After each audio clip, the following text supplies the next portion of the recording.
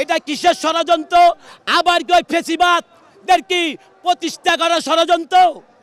এটা আজকে আমাদের জনগণের দাবি। না হলে আপনারা কেন হাইকোর্টের উপরে শ্রদ্ধাশীল না হয়ে নির্বাচন কমিশনার গেজেট ঘোষণার পরও ঢাকাবাসীর প্রাণের দাবি ইশরাক সাহেব জনতার মেয়র।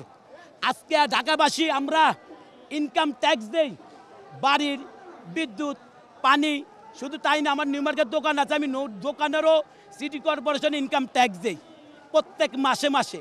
তাহলে আমাদের টাকা দিয়ে ঢাকা সিটি কর্পোরেশন চলে, আমরা সুযোগ সুবিধাতে কেন বঞ্চিত হব?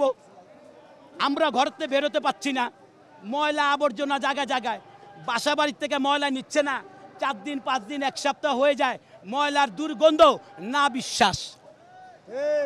শুধু তাই নয়,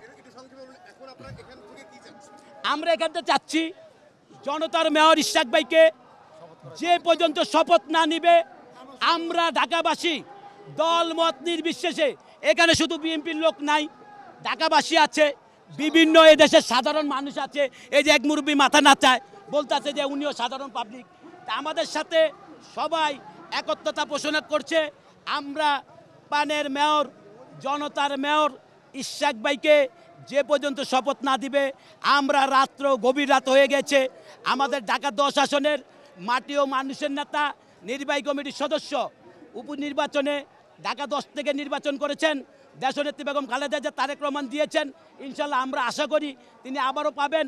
ইঞ্জিনিয়ার ইশরাক হোসেনকে আমরা ভোট দিয়ে নির্বাচিত করেছিলাম, কিন্তু সেই ভোটকে স্বৈরাচার হাসিনা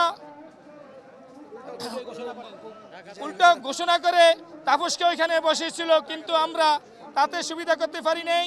এখন আমরা হাসিনাকে বিদায় করেছি। এখন আমাদের মহামান্য হাইকোর্টের রায়ের ঘোষণায় জনাব ইশরাক ভাইকে নগর ভবনে বসার জন্য অনুমতি দিয়েছেন। সেটা নিয়ে আপনারা যে প্রশাসন তালবাহানা শুরু করছেন, আমরা এই তালবাহানার বিপক্ষে। শুধু ঢাকাবাসী এবং বিএনপি নয়, ঢাকাবাসী সহ অত্র বাংলাদেশের সমগ্র মিলে আমরা ইশরাক ভাইকে শপথ নিয়ে নগর ভবনে বসাবো ইনশাল্লাহ। মেয়র করার দাবির এর পরবর্তীতে আমাদের আসিফের পদত্যাগ চাই, মাহফুজের পদত্যাগ চাই। আসলে ওনারা ছাত্র, আমরাও একসময় ছাত্র ছিলাম, আমরাও ছাত্র থাকাকালীন রাজপথে রাজনীতি করেছি, কিন্তু ওদের মতো আমরা রাজনীতি করতে পারি নাই। আমরা ওদের অবশ্যই ওদের পদত্যাগ করতে হবে এবং সামনে যে নির্বাচন ডিসেম্বরের মধ্যে নির্বাচন দিতে হবে।